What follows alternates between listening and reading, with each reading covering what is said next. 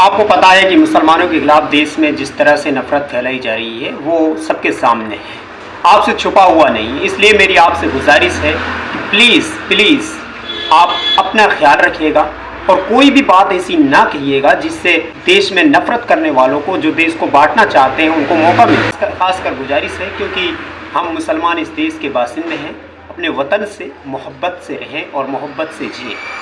हमें पता है कि मुसलमान इस वक्त एक दीवार से लगा दिया गया है, जैसा कि महमूद मदनी ने कहा है। महमूद मदनी इससे पहले नहीं कहा क्योंकि उससे पहले वो समझते थे कि शायद लोग हमारी बातें समझ सकेंगे, लेकिन सुप्रीम कोर्ट भी उनके हक में फैसले देते हैं।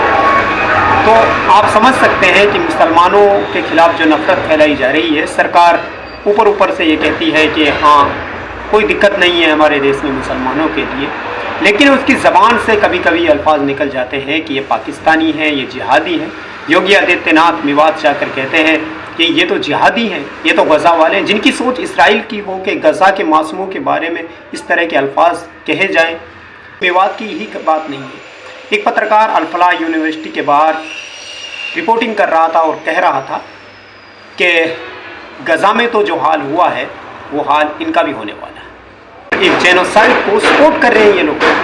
इनकी सोच कितनी गंदी हो सकती है। ठीक है, पहले इन्होंने हिटलर को सपोर्ट किया जब यहूदियों को मार रहे थे क्योंकि वो मजलूम थे उस वक्त, और तो इस वक्त मुसलमान गज़ा में मजलूम है, तो अब ये जो हिटलर नेतन्याहू उसके साथ खड़े हैं। कोई बात नहीं, क्योंकि नफरती लोग नफरतियों के साथ रहना पसंद करते हैं। इन लोगों के जहन में गोबर भरा हो। आज के लिए इतना ही, शुक्रिया।